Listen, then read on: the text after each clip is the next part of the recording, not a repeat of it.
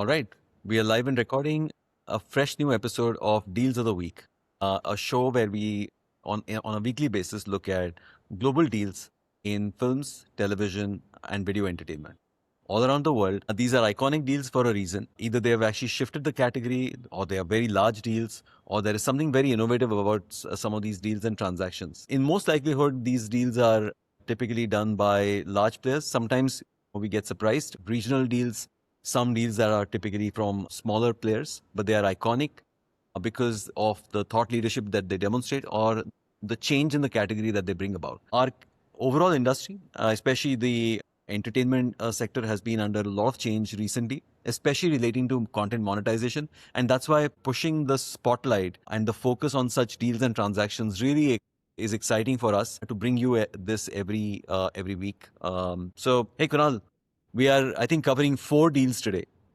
Yeah, exciting stuff. And we're drilling a little bit onto the vertical space, right? That's really That's right. booming in the past few quarters. That's right. Micro series, micro dramas, vertical videos. There are so many names. Again, they all mean the same. One of the key aspects that we have actually sort of noticed is that this is one very hot category right now. There are lots of players, jumping into it. There's fair amount of financing available as well for some of these players. We've just Right. seen a South Korean player raise about 80 million in, new funding. We've Funding. seen a couple of American startups actually jump into it. We've seen startups in India. So this activity is pretty hot on the startup side, but you also have some of the larger players jumping into this particular category. Yeah. This is exciting. Just look at this, $11 billion.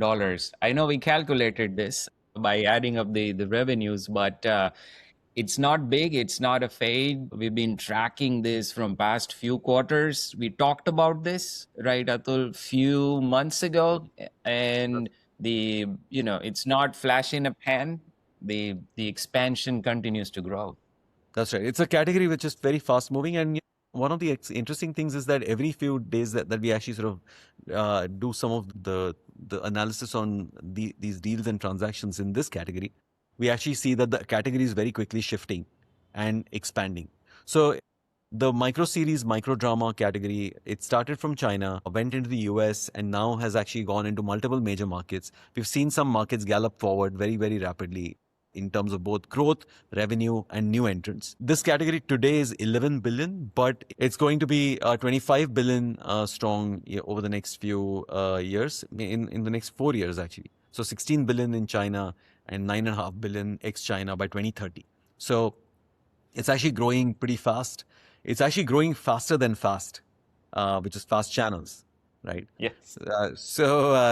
This is it is an exciting category. So it was $11 billion last year, 2025.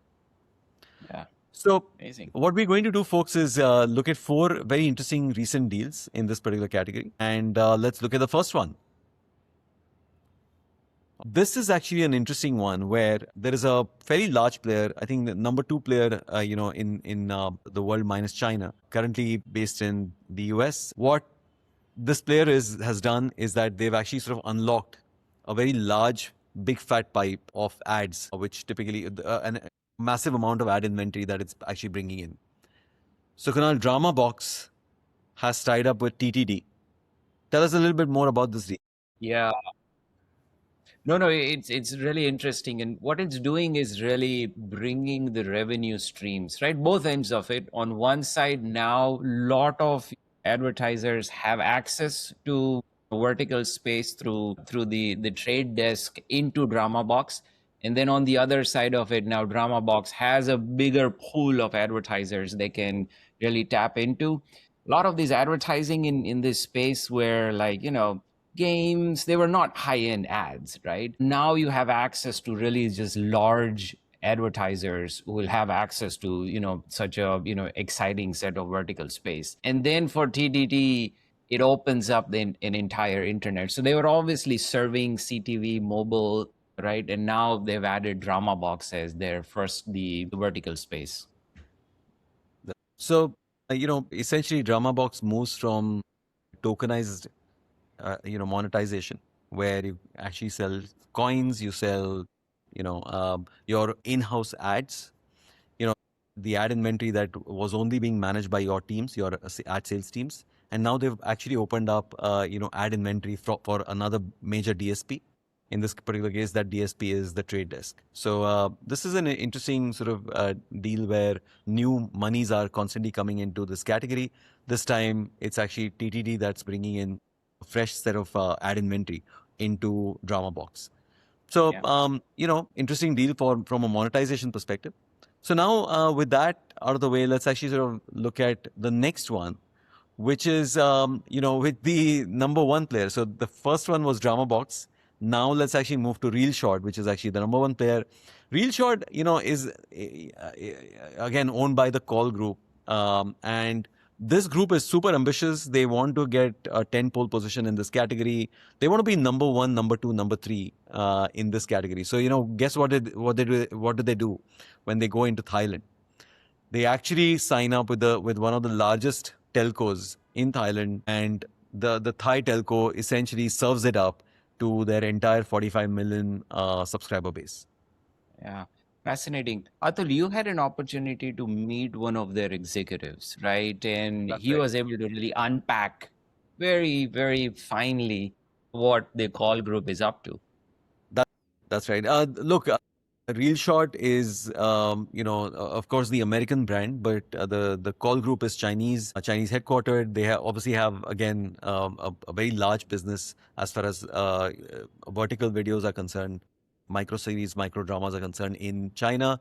They constantly experiment. I'm told when I was interviewing Timothy from the Call Group, he was actually talking about the 400 experiments that they conduct every month, just trying out different stories. Then, when they actually shoot those stories, they don't just shoot one episode, they shoot multiple versions of that same episode. The same Yeah. scenes are shot in different ways with different high points and different cliffhangers. And they're constantly sort of researching and analyzing at what point do audiences stick, at what point do audiences leave. If audiences leave, they take that episode or that segment out, they replace with something that is engaging. Lots of experimentation going on. So now in this particular case, what ReelShort has done is that they've tied up with AIS, the telco, and the telco is essentially doing a bundling strategy where ReelShort is being bundled to their subscriber base. Essentially, So, that's the kind of deal that they've done. so now you have massive access. Again, Thailand, big market, right? So they have access to 45 million plus subscribers, right? And they're bundling that with 5G data. Yeah. And then in return, what they get, right, subscribers get is just very exciting high frequency IP, this premium, really vertical drama space. Yeah. Everybody's on their phones while they are commuting. So a lot of their subscribers will get access to it. So again, this signals, what we are seeing is this signals vertical space is mainstream, right? If telco is involved in it. So, the reason why I like this deal a lot, actually, Kunal, is because, in this particular category, which is micro series, micro dramas, the largest costs for some of these players is actually CAC, the customer That's right. acquisition cost. It's marketing, right? So you can create the content for super cheap, right? But your customer acquisition cost is 5x of your content production costs, right? You know Right. what? Why I like this deal is because it's actually short-circuited the entire customer acquisition cost with this transaction with AIs. Guess what ReelShort has done? It's basically taken Mm. that customer acquisition cost out through a partnership approach. And Yeah. if they are able to retain, a part of these users and really create a very, very engaging experience in Thailand, they would be able to, sort of use their tentpole position, the strength of their content library in finally achieving a miracle in this category to this date, which is Yeah. zero customer acquisition cost or very, very minimal customer acquisition cost in Thailand. Fascinating point. And Atul, what are we estimating? Marketing costs are what, 4 to 5 times the actual production cost That's for correct. any sort That's of right. micro series? That's right. So a lot of these players, are typically sort of, reeling with that shock, constantly trying to make those ends meet because the customer acquisition cost is just that high. So Yeah. yeah, I mean, in this particular case, that's kind of disappeared in a way for ReelShort. I think the key aspect Yeah. is as long as they are able to retain those customers that they acquire in Thailand, which I think with the strength of their library and the appeal that this content has for a lot of young women. We know that this category is super sort of appealing to women who are between 25 to 44, right? In some markets, including That's the right. US, this audience consumes 22 episodes a day, right? Wow. So this is again, I really like these kind of transactions which are very smartly symbiotic but also conserve CAC. Awesome. So Absolutely. now moving on to another exciting player and another exciting deal. So we're going back to the US to look at Fox. Back in October of 2025, Fox actually acquired, essentially put an equity stake in Holy Water. And Holy Water had a vertical video sort of micro drama app called My Drama, very creatively named. And this app was obviously something that was it raised eyebrows, saying, okay, Fox seems to be wanting wanting its hand in the cookie jar to ensure that they are in this category, vertical video, micro series, micro drama category. What we didn't know was that they were so serious about it that they were actually going to sort of expand the relationships and the amount of content that they are able to bring in. So, Kunal, talk a little bit about this particular deal and transaction that they've now announced in Yeah. the last couple of months. Yeah, last couple of months again, they've stitched up partnership with Darman Studios, as we know, right? Influencer, big audience behind, lots of followers, right? 163 million combined followers. And then the deal is to get 40, right? Scripted vertical, dramas or, whatever Darman produces directly onto my drama. So Hmm. they built the ecosystem first, got the technology, got the app, and then now they're bringing the original content. So very exciting. This again signals Fox, being Fox, massive group, they Hmm. are entering into this space. They are serious about it. They are doing acquisitions, and they're bringing in the right people for the original content. So another just super exciting deal, signaling that this is becoming mainstream. I think That's that's a big takeaway. so the deal has these three components, right? So the originals, these 40 shows actually play on My Drama. And then global rights, the licensing moves to Fox that uses its sales and distribution arms to actually sort of, license this out internationally to various other players. And then the actual rights for the IP are still vested with Darman, right? Yeah, yeah. And he can do whatever he wants to do with it. But at least Yeah. that first set of those scripted vertical episodes really come out on my drama. Yeah. Amazing. Okay, so that's another deal again. This deal wasn't from last week. It was but the story is actually progressively moving forward, and that's why we are sort of covering this as we cover deals and transactions from all around the world in the micro series and micro drama category. With that, let's actually move to the next one, which is another interesting one where this deal is where micro series or vertical videos are being used to promote content on mainstream apps, right? So, in this particular case, the key sort of stakeholder is AMC or AMC Plus. So, Kunal, in this particular case, AMC Plus has a show. I think it's called The Audacity, and Audacity. Audacity. It's a show where they've taken a big bet with this particular show. They've recently actually also struck a deal for its second season. So it's a TV series. The first season came out. The second season now has been confirmed. So clearly they are absolutely taking this bet on the show, and clearly that bet seems to be paying off given the fact that they've actually come back for a second season. Amazing. What they're Yeah. doing is they want to expand their viewer base. So they've actually done an interesting one. They've taken the pilot episode for the first season.